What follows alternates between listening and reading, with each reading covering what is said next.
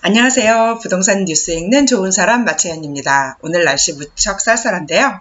여러분 모두 감기 조심하세요. 요즘 독감이 유행이고 엄청 심하답니다.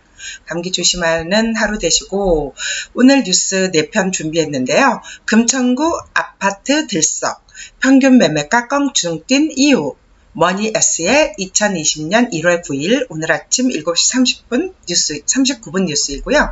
15억 원 이상 강남 아파트 대출 금지에도 지속되는 최고가 경신, 마찬가지로 머니S의 2020년 1월 8일 어제 오전 8시 26분 뉴스이고요. 공시가 상승에 재건축 부담금 수억 인상, 제도 개선 검토 없다. 뉴스1의 2020년 1월 8일 11시 49분. 마지막으로 칼럼 준비했는데요. 부동산 칼럼 고정환의 살집 팔집 이야기, 조선일보이고요. 올해 부동산 시장 6월이 분수령이라는 뉴스입니다. 어제 칼럼입니다. 이렇게 4편 준비했고요. 한번 읽어보도록 하겠습니다. 네, 첫 번째 뉴스는요. 실시간 속보에 해당하는 뉴스였는데, 금천구 아파트 들썩, 평균 매매가 껑충 뛴 이야기, 머니S의 20년 1월 9일 오늘 아침 7시 39분 방금 나온 뉴스입니다. 서울 25개구 자치구에서 3.3제곱미터당 아파트 평균 매매 가격이 가장 저렴한 금천구가 신안산선 착공 영향으로 아파트 가격이 치솟으며 꼴찌 탈출 가능성이 전망된다. 지난해 9월 안산시의 오래된 수건 중의 하나인 신안산선 2024년 완공 예정이 착공식에 들어가면서 신안산선 노선 인근 부동산 시장이 활기를 띠고 있다. 그 중에서도 서울 금천구의 경우 신안산선 착공 소식에 아파트 평균 매매가는 3개월 만에 8.29% 오르며 아파트 값이 고공행진을 하고 있어 주목을 받는다. 9일 부동산 큐레이터 서비스를 제공하는 경제만렙에 따르면 KB부동산의 주택가격 현황을 분석한 결과 지난해 1월에서 9월 금천구 3.3제곱미터당 아파트 평균 매매 가격은 1,767만 9천원에서 1,831만 3천원으로 3.61% 상승률이 보였다. 9월 이후 흐름은 달라졌다. 신안산선이 착공에 들어가자 아파트 가격이 치솟더니 12월에는 금천구 3.3제곱미터당 아파트 평균 매매 가격이 1,983만 5천원까지 올라 단 3개월 만에 8.29%나 뛰었다. 이 계기로 서울 내 아파트 가격이 두 번째로 저렴한 도봉구의 아파트 가격도 따라잡을 것으로 보인다. 지난해 1월에만 하더라도 도봉구와 금천구의 아파트 평균 매매 가격 차는 3.3제곱미터당 96만원으로 차이가 났지만 이 가격 차도 지난달 9만원까지 좁혀졌다. 금천구의 상승세는 실거래가에서도 나타난다. 국토교통부 실거래가 자료에 따르면 서울시 금천구 독산동에 위치한 금천 롯데캐슬 골드파크 1차 전용 면적이 59제곱미터는 지난해 9월 7억 5천만원에 거래됐고 3개월 후인 12월에는 8억 3천만원의 거래가 진행돼 단기간 내 8천만원이 상승했다.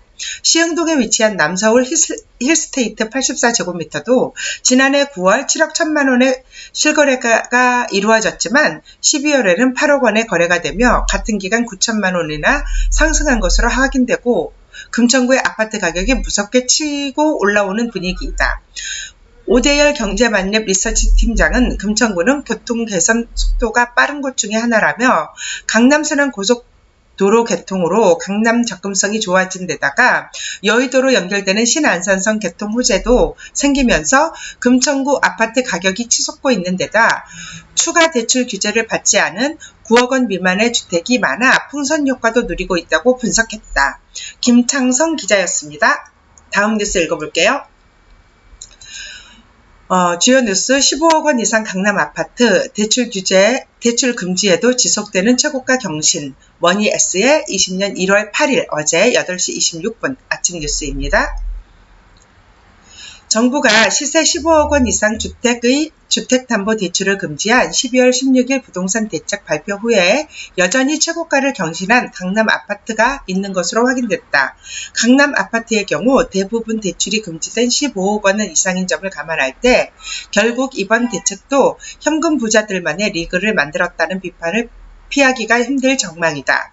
8일 국토교통부 실거래가에 따르면 지난달 12.16 대책 발표 후 3주 만인 지난 7일까지 신고가를 기록한 서울 아파트 263건으로 집계됐다. 이후 거래 가격이 15억 원을 넘는 주택은 13건이다. 30억 원 이상인 거래도 4건이 된다. 4건이 된다. 실거래가 신고는 거래 후 60일 안에 해야 하므로 이들의 기록은 12.16 대책 전이나 후에 이루어졌을 수 있다. 가장 높은 가격은 3.3제곱미터당 1억 원을 돌파한 서초구 서초동, 서울 서초구 반포동 아크로 리버파크이다. 전용 면적 164제곱미터 8층 매물이 지난달 25일 43억 8천만 원에 거래됐다. 직전 고가는 43억 원 15층이었다. 강남구 개포동 레미안 블레스티지는 전용 면적 126제곱미터 16층이 지난달 23일 직전 최고가 대비 8억 원 오른 33억 5천만 원에 거래됐다. 84제곱미터 6층도 직전 최고가 대비 2억 원 오른 26억 2천만 원 6층이 거래됐다. 분양가가 15억 원 이상인 청약시장도 움츠러들 기세가 없다. 이달 초 1순위 청약을 진행한 서울 강남구 개포동 개포 프레지던스 자이 개포 주공 4단지 재건축은 평균 경쟁률 65대 1을 기록해 1순위를 마감됐다. 분양가가 15억 원을 넘어 대출을 받을 수 없는 전용 면적 78제곱미터는 1층 제외 이상 주택형도 경쟁률이 102제곱미터 A타입 283대 1, 102제곱미터 B타입 261.9대 1, 114제곱미터 B타입 215대 1 등으로 나타났다. 정부의 강력한 대출 규제에도 저금리가 지속되고 마땅한 투자처가 없는 것이 부동산 쏠림을 부추긴다는 분석이다. 함영진 직방 데이터 랩장은 매물이 적다 보니 신고가를 경신하면서 거래하는 것이라고 분석했다. 김노양 기자였습니다. 다음은요. 공시가 상승해 재건축 부담금 수억 인상, 제도 개선 검토 없다. 뉴스 1 2020년 1월 8일 11시 49분 뉴스입니다. 국토부 합헌 판결 받아 제도 개선 검토 없다. 서울뉴스 이철 기자입니다. 아파트 공시가격 현실화에 따른 재건축 부담금 증가와 관련해 국토교통부가 이에 대한 추가 대책을 검토하지 않고 있다고 밝혔다. 최근 헌법재판소의 재건축 초과이익 환수 합헌 결정에 따라 과도한 개발 이익을 차질 없이 거둬들인다는 입장이다.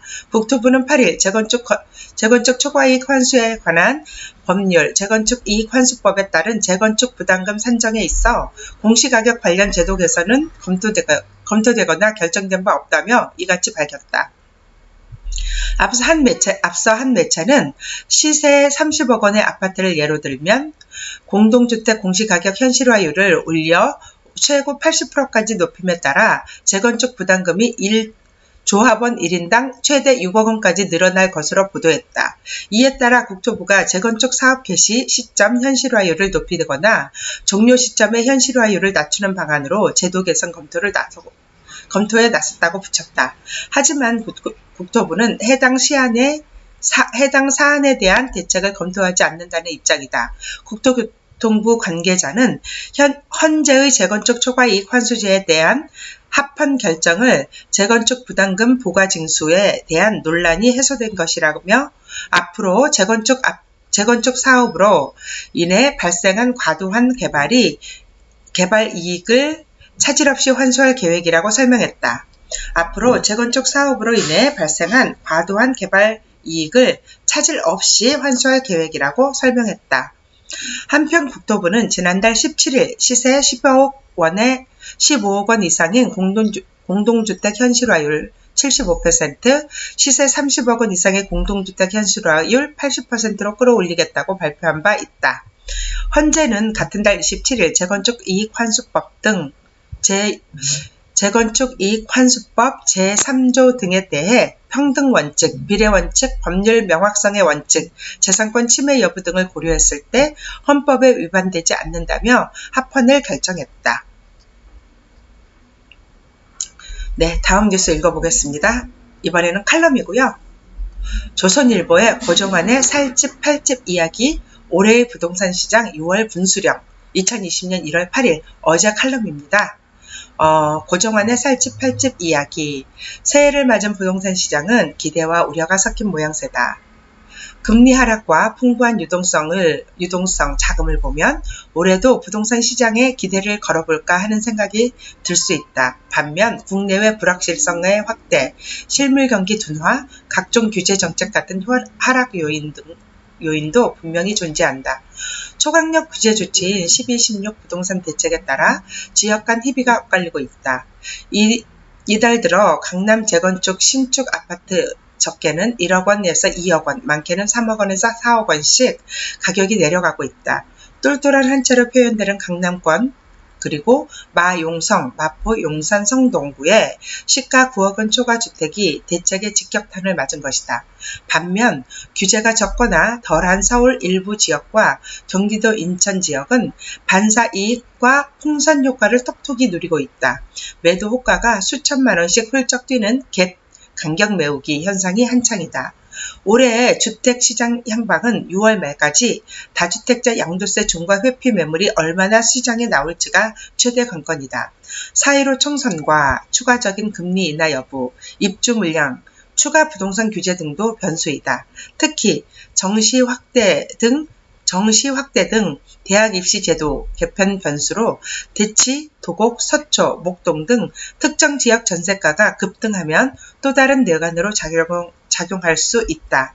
그렇다면 올해 내 집 마련 전략은 어떻게 짜야 할까?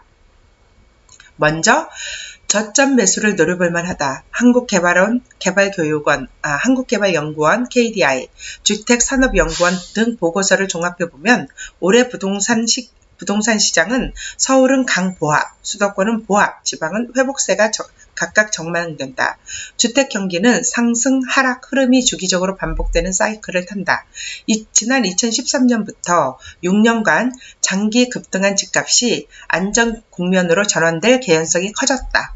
따라서 실수요자라면 다음 사이클의 저점 매수 기회를 노리는 것이 좋다. 무릎에 사서 어깨에 팔라는 투자 격언에 따르는 것이다. 둘째, 성장 지역을 선택해야 한다. 부동산은 입지 가치가 가장 중요한데 인구와 소득이 늘고 추가 인프라가 늘어서는 등 미래 성장 지역에 자산을 집중해야 한다.